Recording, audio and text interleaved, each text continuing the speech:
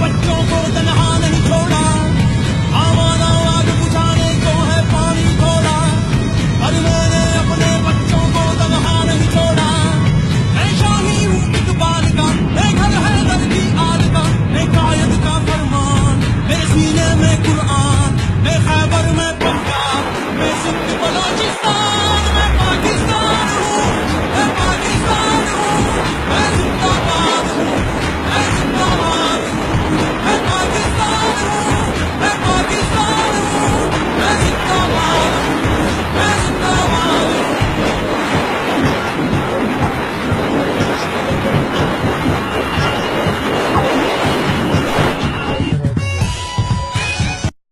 अस्सलामुअलैकुम दोस्तों, सब्सक्राइब कीजिए अहमद अली टीवी को और मज़ीद अच्छी वीडियो के लिए दबा दीजिए इस बेल आइकन को।